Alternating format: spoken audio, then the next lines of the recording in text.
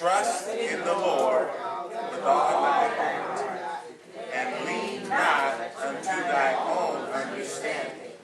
In all thy ways acknowledge him, and he shall direct thy path. Proverbs chapter 3, verses 5 through 6.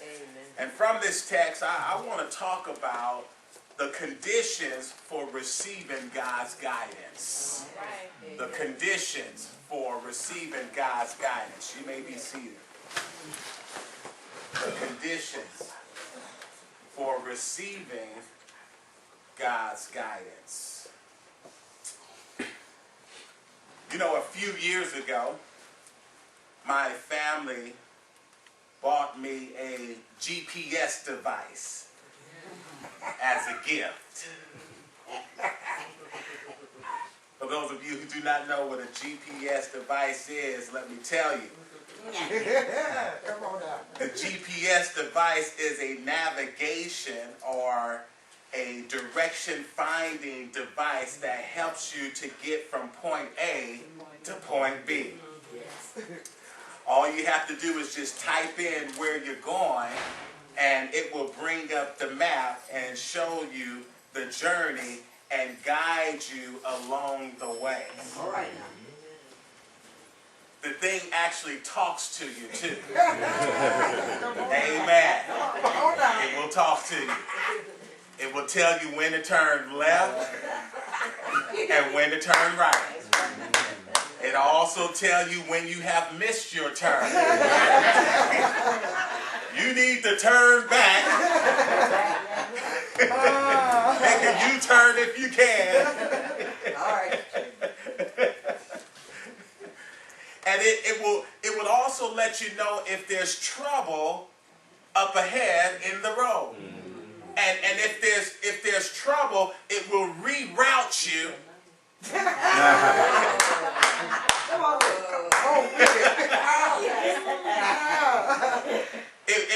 It will change your direction and give you an alternative route to get you to where you're going. And just like a GPS device, God can navigate our lives as well. See, he can tell us when to turn left and when to turn right. He can tell us when we have went too far and when we need to turn around. He can also tell us when we need to take an alternative route. The route that you're going is the wrong one. All right now. Therefore, you need an alternative route. And he will give us that alternative route, because as you all know, life at times can be very complicated. There are times when you can't tell the difference between what's bad and what's good. There are times where you can't tell the difference between what's better or what's best. Oh, come on now. There are times when you can't tell the difference between what's going to lead you up or what's going to lead you down. Because sometimes bad looks good. Oh, come on now. Sometimes bad looks good, and sometimes better looks best instead of best looking better.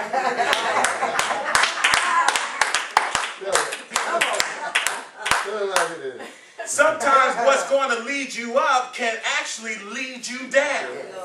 And sometimes you just don't know which way to go or which route to choose.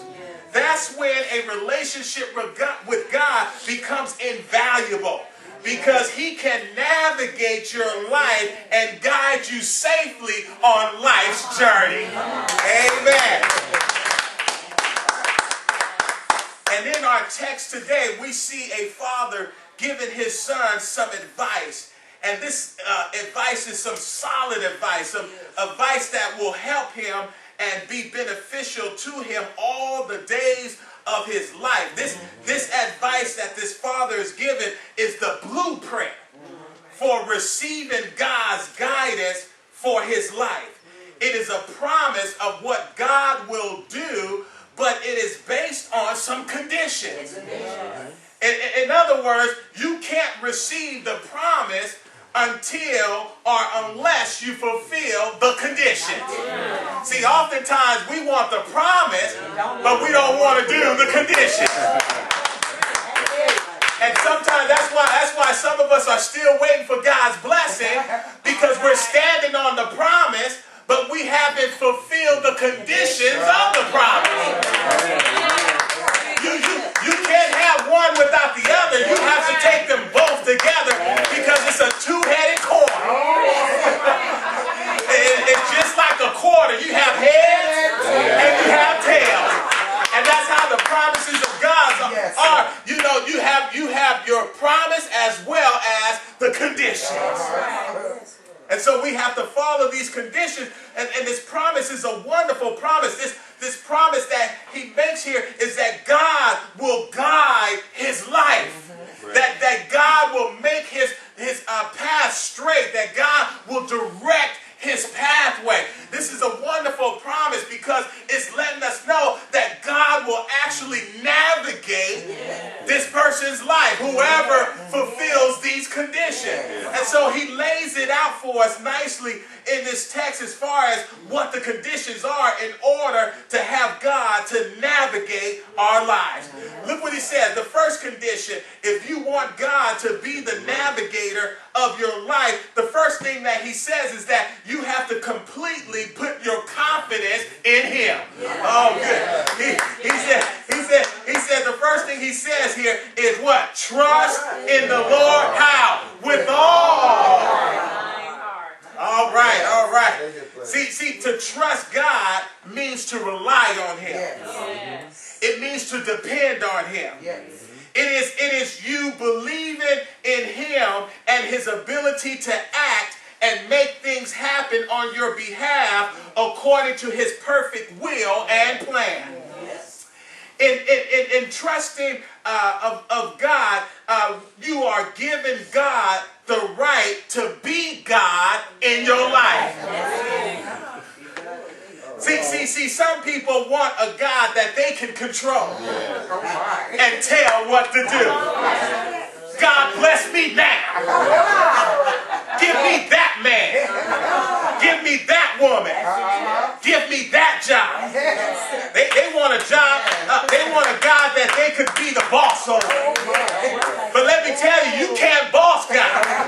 And you can't be the boss over God and trust him at the same time. You have to choose which one you want to do. Either you're going to try to boss him or you're going to trust him. But you cannot do both of them. He says to trust God. Now he tells us how we are to trust God. He said trust him with what? All right. Or with your whole heart. See, in Hebrew, all your heart deals with your emotions. It deals with your intellect as well as your will.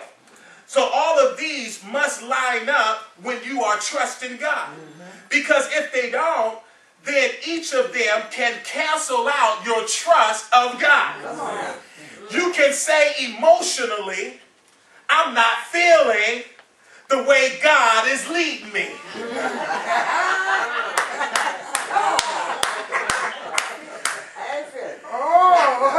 That's your emotions. And you can cancel out the trust. You can say intellectually, this doesn't make sense to me. After reasoning about this doesn't line up with me. And in doing that, you can cancel out your trust in God. And you can also say willingly, I choose to do whatever I want to do. Canceling out your trust of God. See, that's why you have to trust God completely. Completely means totally, exclusively, entirely, without wavering. You know, sometimes we're like a ship on the sea, you know, with our trust with God. You know, today we're trusting him, and tomorrow we're not, and we're weaving, we're going back and forth, and you know, with our trust, should I or shouldn't I? But you know what, when you trust God, you can't waver. You have to say, I'm trusting him, and that's it. Oh, come on now. You have to say, I'm trusting God, and that's it. I'm not moving to the left, I'm not moving to the right. Matter of fact, I'm staying right here until I hear from God. Yes. And there are some people who have what I call incomplete trust of God. Come on. They trust God enough to pray to him, but not enough to wait on him to answer their prayer. They trust God enough to knock on heaven's door, but not enough to wait for heaven's door to be open.